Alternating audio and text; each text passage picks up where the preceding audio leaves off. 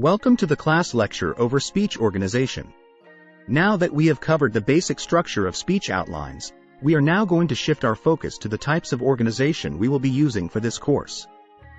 For this brief lecture, we will cover the understanding of strategic organization, chronological order, spatial order, topical order, and lastly, problem-solution order. The focus of the speech organizations will overlap with the speech outlines since the outlines are structured according to the speech organization you choose. But the first thing we must discuss is an understanding of strategic organization. Strategic organization is simply defined as creating a presentation in a specific way to achieve a specific result towards a specific audience. When preparing and creating speeches, we often focus on the concept of strategic organization for a few reasons. First, being able to organize our information for presentations shows that we have a level of competence, and we are credible presenters being able to critically think about what we are presenting. Second, strategic organization allows our speech to be easily understood and followed. Many times, people gather mass amounts of information and deliver loads of content to the audience, leaving the audience with no real direction or understanding what they should be listening for or what the purpose of the speech is. And lastly, being able to organize strategically helps us to build confidence when presenting. If we have spent the time organizing our speech so that it can be easily understood, it allows us to be more confident knowing we are delivering something which we know can be understood. One of the main goals in strategic organization is to help us deliver speeches in an extemporaneous manner.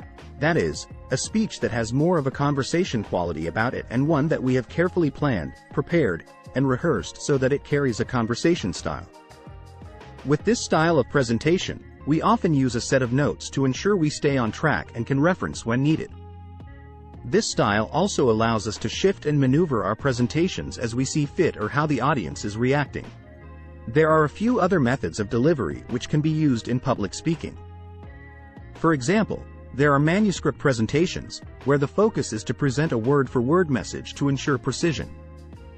There are also memorized speech deliveries, where the focus is to memorize a speech verbatim. There are also impromptu speeches, which are presentations made on the spot.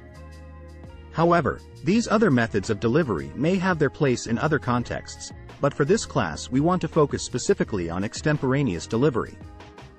Manuscript deliveries tend to be uninteresting and bland. Memorized speeches are difficult to alter or maneuver during a presentation if the information needs to change focus. And impromptu speeches do not allow for preparation and practice. So now that we have covered the idea of strategic organization and the understanding of extemporaneous delivery, let us move on to the organization styles, beginning with chronological order. Chronological order is a method of speech delivery which organizes the main points in a timeline or time pattern beginning with an early date, time, or era, and moving towards an ending or conclusion. For example, if you recall back to our lecture over creating an outline, we used a chronological order to present the early, mid, and late life of Jack Longfellow. This is an example of chronological order. What one chooses for the chronological order of the main points may vary. You can choose to narrate a sequence of events, or follow a set of directions, explain the process of something, or even demonstrate. For example, let us say I wanted to give a speech on the building of the Great Wall of China and chose a chronological order for my outline. I could easily separate this into dynasties. My first main point could be the beginning of the Great Wall's construction during the Qin dynasty. My second main point can be the addition of the Great Wall during the Han dynasty. And my third main point can be the completion of the Great Wall during the Ming dynasty. This is just one example of how chronological order can be used, but there are many imaginative ways it can be implemented. Another common method for organization is spatial order. Spatial order is an organization style that has the main points follow a directional pattern or movement.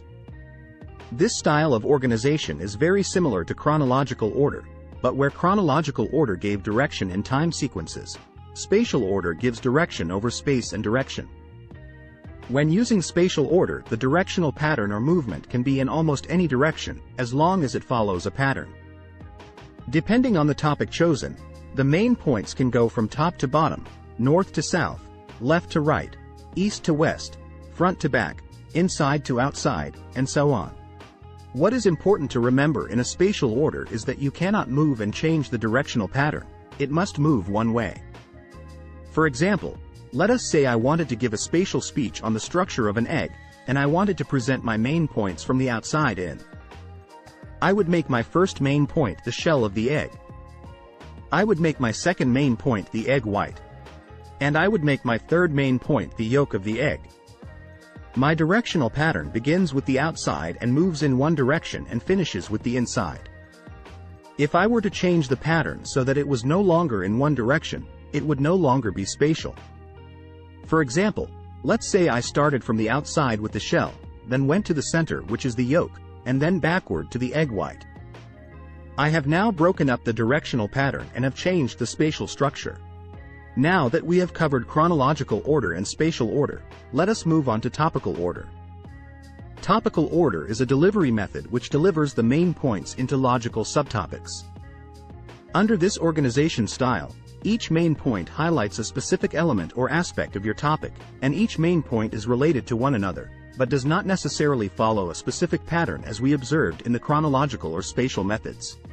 For example, let us say I wanted to give a presentation of the celebration of Mardi Gras, and I wanted to use a topical order for my delivery. I could choose 3 specific topics about Mardi Gras I think are relevant to the subject. For my first main point, I could choose a brief history of Mardi Gras. For my second main point, I can choose the significance of the color combinations used in the celebration. And for the third main point, I can choose the style of food during the celebration. We can observe that there is no real specific pattern, but more of a focus on 3 elements I think best present given understanding of the subject. So far, we have spoken about the 3 basic outlines we will be using. These are often used for informative speeches, which we will cover in an upcoming lecture. Our last method of organization for this class is known as the problem-solution order. This order is often associated with persuasion presentation and focuses on 2 main points. The first main point deals with the existence of a problem, while the second main point presents a solution to that problem. Though this sounds simple, there are actually 2 main types of problem-solution order. The first type is known as a proposition of policy, also known as a question of policy. In this method, the first main point focuses on the problem of a specific policy, or lack thereof, and presents possible solutions for this policy problem in the second main point. This style of problem-solution order is often associated with changing the actions of people or groups. The second type is known as a proposition of value, or a question of value. In this style, the first main point focuses on laying down a specific value system and the problems associated with either believing it or denying it, while the second main point focuses on the solution to the issue. This style of problem-solution order is often associated with changing people's minds and often is used for moral or ethical arguments. We will cover problem-solution order in more detail as we approach our lectures on persuasion, because we often use these methods in persuasion speeches. Though there are other organizational styles when it comes to delivery methods, we have focused on the main 4 we will be using for this course. Remember, the foundation for strategic organization is going to be found in the specific type of organization you choose to deliver your speech. Whether it is chronological order to present a timeline, a spatial order to explain a structure, a topical order to explain an event, or a problem-solution order to persuade people to change their minds or actions.